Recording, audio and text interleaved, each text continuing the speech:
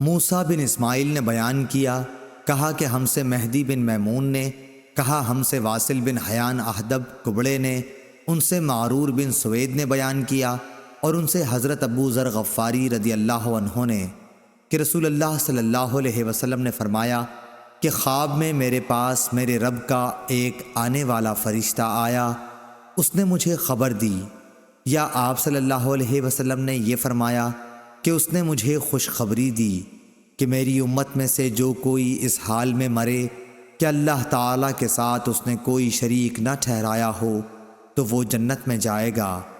اس پر میں نے پوچھا، اگرچہ اس نے زنا کیا ہو، اگرچہ اس نے چوری کی ہو؟ تو رسول اللہ صلی اللہ علیہ وسلم نے فرمایا کہ ہاں، اگرچہ زنا کیا ہو، اگرچہ چوری کی ہو۔ صحیح بخاری حدیث نمبر 1237۔ اعمش نے بیان کیا، کہا کہ ہم سے شفیق بن سلمہ نے بیان کیا، اور ان سے عبداللہ بن مسعود رضی اللہ عنہ نے کہ نبی کریم صلی اللہ علیہ وسلم نے فرمایا کہ جو شخص اس حالت میں مرے کہ کسی کو اللہ کا شریک ٹھہراتا تھا تو وہ جہنم میں جائے گا، اور میں یہ کہتا ہوں کہ جو اس حال میں مرا کہ اللہ کا کوئی شریک نہ ٹھہراتا ہو وہ جنت میں جائے گا۔ صحیح بخاری حدیث نمبر 1238۔ نبی کریم صلی اللہ علیہ وسلم نے 7 کاموں کا حکم دیا اور 7 کاموں سے روکا۔ ہمیں آپ صلی اللہ علیہ وسلم نے حکم دیا تھا جنازے کے ساتھ چلنے، مریض کی مزاج پرسی، دعوت قبول کرنے، مظلوم کی مدد کرنے کا، قسم پوری کرنے، سلام کے جواب دینے، چھینک پر یرحمک اللہ کہنے کا، اور آپ صلی اللہ علیہ وسلم نے ہمیں منع کیا تھا چاندی کے برتن استعمال میں لانے سے، سونے کی انگوٹھی پہننے سے، ریشم اور دباج کے کپڑوں کے پہننے سے، قصی سے، استبرق سے۔ صحیح بخاری حدیث نمبر 1239۔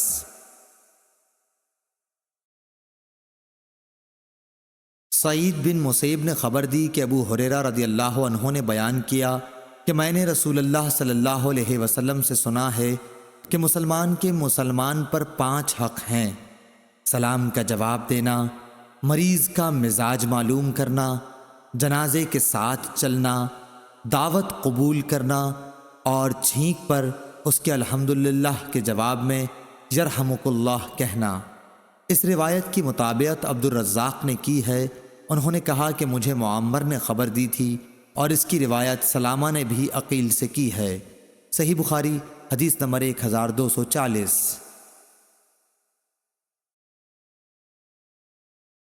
معمر بن راشد اور یونس نے خبر دی، انہیں ظاہری نے کہا کہ مجھے ابو سلمہ نے خبر دی کہ نبی کریم صلی اللہ علیہ وسلم کی زوجہ مطہرہ حضرت عائشہ رضی اللہ عنہا نے انہیں خبر دی کہ جب حضرت صلی اللہ علیہ وسلم کی وفات ہو گئی، ابو بکر رضی اللہ عنہ اپنے گھر سے جو صح میں تھا اپنے گھوڑے پر سوار ہو کر آئے، اترتے ہی مسجد میں تشریف لے گئے، پھر آپ کسی سے گفتگو کیے بغیر عائشہ رضی اللہ عنہا کے حجرے میں آئے جہاں نبی کریم صلی اللہ علیہ وسلم کی نعش مبارک رکھی ہوئی تھی، اور نبی کریم صلی اللہ علیہ وسلم کی طرف گئے۔ حضور اکرم صلی اللہ علیہ وسلم کو برد حبرہ یمن کی بنی ہوئی دھاری دار چادر سے ڈھانک دیا گیا تھا۔ پھر آپ نے حضور صلی اللہ علیہ وسلم کا چہرہ مبارک کھولا اور جھک کر اس کا بوسہ لیا اور رونے لگے۔ آپ نے کہا، میرے ماں باپ آپ پر قربان ہوں، اے اللہ کے نبی، اللہ تعالیٰ 2 موتیں آپ پر کبھی جمع نہیں کرے گا سوائے ایک موت کے جو آپ کے مقدر میں تھی، سو آپ وفات پا چکے۔ صحیح بخاری حدیث نمبر 1241، 1242۔ لیث بن سعد نے کہا، ان سے عقیل نے، ان سے ابن شہاب نے، انہوں نے فرمایا کہ مجھے خارجہ بن زید بن ثابت نے خبر دی کہ امام العلا انصار کی ایک عورت نے، جنہوں نے نبی کریم صلی اللہ علیہ وسلم سے بیعت کی تھی، نے خبر دی کہ مہاجرین قرعہ ڈال کر انصار میں بانٹ دیے گئے، تو حضرت عثمان بن مظعون رضی اللہ عنہ ہمارے حصے میں آئے، چنانچہ ہم نے انہیں اپنے گھر میں رکھا۔ آخر وہ بیمار ہوئے اور اسی میں وفات پا گئے۔ وفات کے بعد غسل دیا گیا اور کفن میں لپیٹ دیا گیا تو رسول اللہ صلی اللہ علیہ وسلم تشریف لائے۔ میں نے کہا ابو صائب، آپ پر اللہ کی رحمتیں ہوں، میری آپ کے متعلق شہادت یہ ہے کہ اللہ تعالیٰ نے آپ کی عزت فرمائی ہے۔ اس پر نبی کریم صلی اللہ علیہ وسلم نے فرمایا، تمہیں کیسے معلوم ہوا کہ اللہ تعالیٰ نے ان کی عزت فرمائی ہے؟ میں نے کہا یا رسول اللہ، میرے ماں باپ آپ پر قربان ہوں، پھر کس کی اللہ تعالیٰ عزت افزائی کرے گا؟ آپ نے فرمایا، اس میں شبہ نہیں کہ ان کی موت آ چکی، قسم اللہ کی میں بھی ان کے لیے خیر ہی کی امید رکھتا ہوں، لیکن واللہ مجھے خود اپنے متعلق بھی معلوم نہیں کہ میرے ساتھ کیا معاملہ ہوگا، حالانکہ میں اللہ کا رسول ہوں۔ ام العلا نے کہا کہ خدا کی قسم اب میں کبھی کسی کے متعلق اس طرح کی گواہی نہیں دوں گی۔ صحیح بخاری حدیث نمبر 1243۔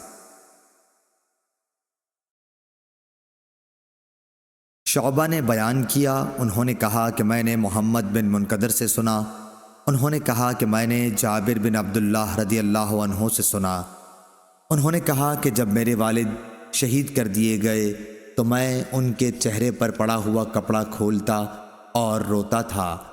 دوسرے لوگ تو مجھے اس سے روکتے تھے، لیکن نبی کریم صلی اللہ علیہ وسلم کچھ نہیں کہہ رہے تھے۔ آخر میری چچی فاطمہ رضی اللہ عنہا بھی رونے لگی تو نبی کریم صلی اللہ علیہ وسلم نے فرمایا کہ تم لوگ رو یا چپ رہو، جب تک تم لوگ میت کو اٹھاتے نہیں، ملائکہ تو برابر اس پر اپنے پروں کا سایہ کیے ہوئے ہیں۔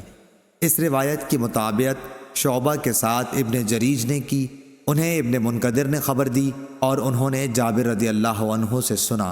صحیح بخاری حدیث نمبر 1244۔ مالک نے بیان کیا، ان سے ابن شہاب نے، ان سے سعید بن مسیب نے، ان سے ابو ہریرہ رضی اللہ عنہ نے کہ رسول اللہ صلی اللہ علیہ وسلم نے نجاشی کی وفات کی خبر اسی دن دی جس دن اس کی وفات ہوئی تھی۔ پھر آپ نماز پڑھنے کی جگہ گئے اور لوگوں کے ساتھ صف باندھ کر جنازے کی نماز میں 4 تکبیریں کہیں۔ صحیح بخاری حدیث نمبر 1245۔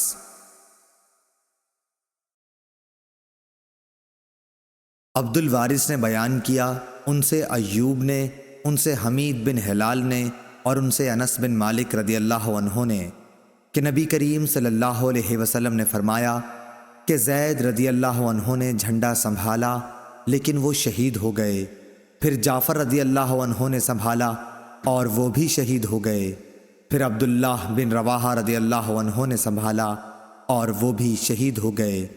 اس وقت رسول اللہ صلی اللہ علیہ وسلم کی آنکھوں میں آنسو بہہ رہے تھے۔ آپ نے فرمایا، اور پھر خالد بن ولید رضی اللہ عنہ نے خود اپنے طور پر جھنڈا اٹھا لیا اور ان کو فتح حاصل ہوئی۔ صحیح بخاری حدیث نمبر 1246۔